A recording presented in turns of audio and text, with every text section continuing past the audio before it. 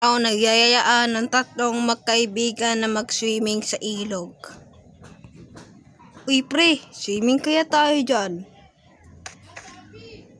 Sige pre, gusto ko din mag-swimming dyan eh. Pero hindi nila alam mapanganib pa na. Naku po, baka mapanganib dyan na, mamamatay na naman tayo. Marami na ito namatay dyan eh.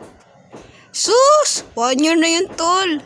Wag na yun, wag kalimutan mo na yun tol. 1 year na yun eh.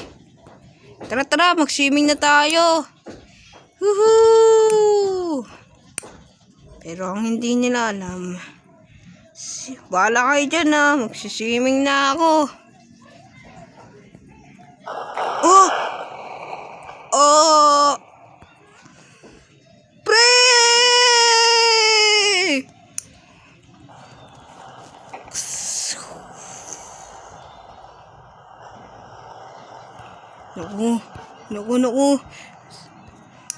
Naku, sabi ko sa'yo, delikado dyan eh. Umalis na tayo. Walang pakialam.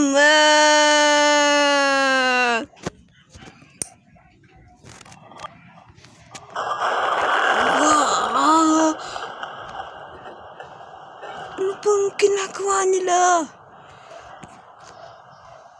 Baka may kutsil dito.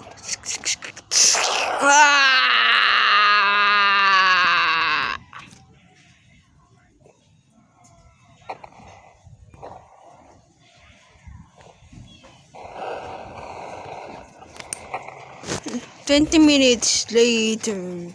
Uy, kanino to? Bakit may nakakalat na katawan dito? At nagulat siya sa kanya nakita. Mga katawan, kailangan ko nang umalis. Hindi ligtas dito. Pero huli na lahat.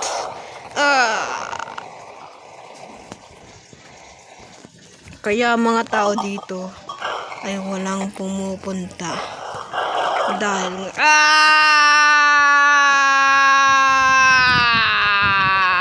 sa misteryong nangyayari sa ilog ng melon.